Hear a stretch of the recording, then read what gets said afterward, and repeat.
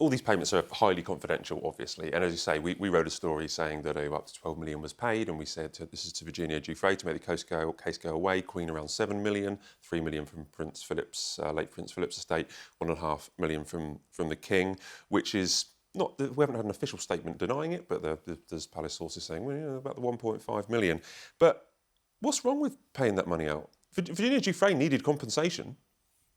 Well, I mean, my only thing I sense here is if you see those films like, Henry V, and they're charging down and the King's there in the battlefield, and it's like, protect the King. So what they're doing here is effectively, with the great sadness and great respect to Her late Majesty, she's no longer here, nor is Duke of Edinburgh, Prince Philip, to defend himself. So what they're doing is the courtiers, they're protecting the King.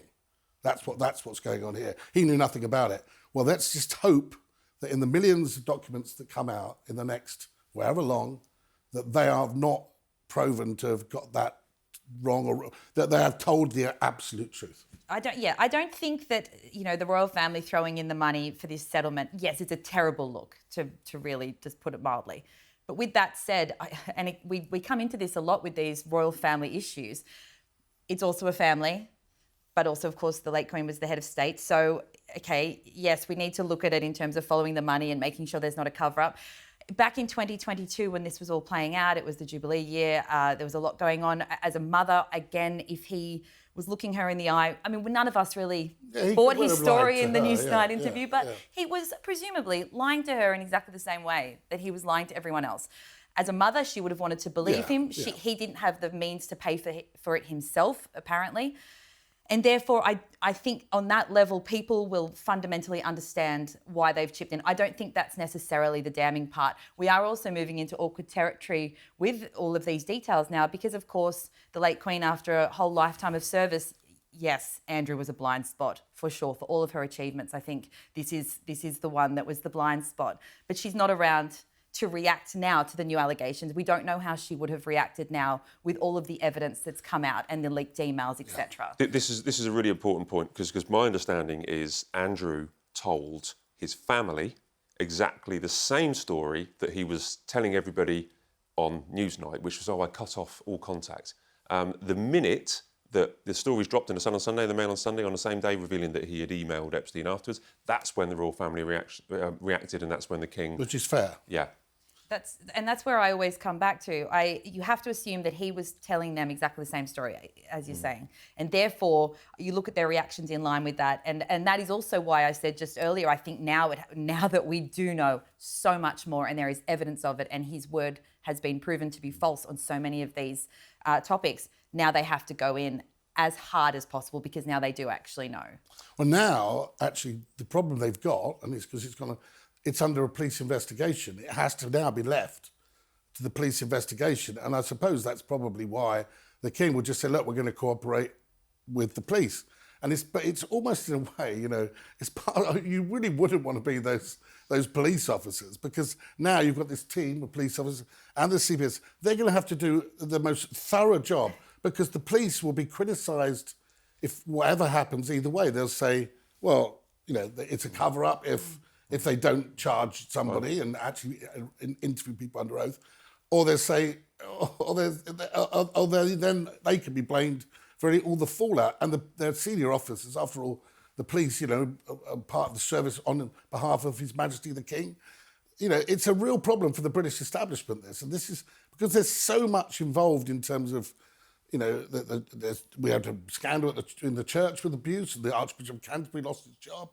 We've got Mandelson now. We don't know where that's going to go, but there's going to be a parallel link there with the Andrew one, because if he goes to prison or he has to have a case brought against him, people are going to say, well, Mandelson's had a case against him. What about Andrew? So there does have, as we started to say at the beginning, there has to be accountability. And that's what the problem the King has faced. He can't really do an awful lot more than he's done at this moment, apart from go on the television and say, I can assure you we will be accountable and we will make sure that we cooperate in every way and tell people that there obviously things have gone wrong in the past and we'll make sure we'll be as transparent as possible going forward.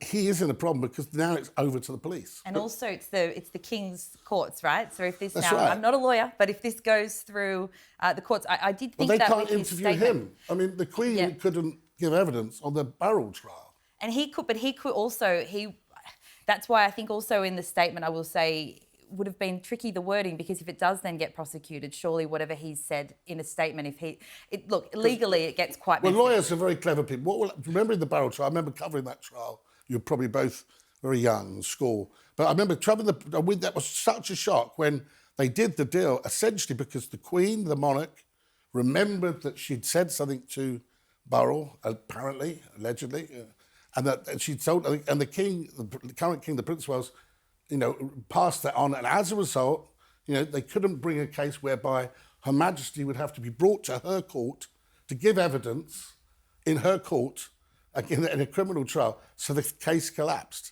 Now, is that going to be the same with Andrew Mountbatten-Windsor? Well, the point about accountability is not necessarily the royal family and king's accountability. It's Andrew Mountbatten-Windsor. That's the accountability we're talking about. So are we going to see, as I say, the police, the royal family have said that if approached by Thames Valley Police, we stand ready to support. Are we going to see Prince Andrew interviewed, arrested, in handcuffs, Well, it jailed? can't just be Andrew. It has to be the King. It has to be Amanda Thirsk, his private secretary, all members of staff that work there. They have to hand over emails that are interacting. It's a huge, real problem for the monarchy because this, unlike we live in this 21st century where so much information comes out, the younger people, are far cleverer than me they're getting information from all sorts of places. It's not like the abdication crisis where the papers were delivered with bits cut out so that they didn't talk about Wallace Simpson and the King. They actually would serve in papers with lumps of bits cut out. That's how ridiculous it was. They know what's going on. They want to know more. And if there's any hint of a cover-up, it's both the case of Andrew Mountbatten-Windsor. Yes, of course, he has to answer questions. But the whole institution does. People that worked for that institution, people whose salaries were paid for by the institution. And there will be whole loads of emails. And the problem you've got here is this is institution. I've covered this story for 36 years. They're a very secretive organisation. They do not answer under the Freedom of Information Act. The Official Secrets Act is quoted at you every term. They don't discuss security. And when they're getting things that are not quite working for them, they whisper in friendly journalists' ears to actually put the other side of the story without actually denying anything.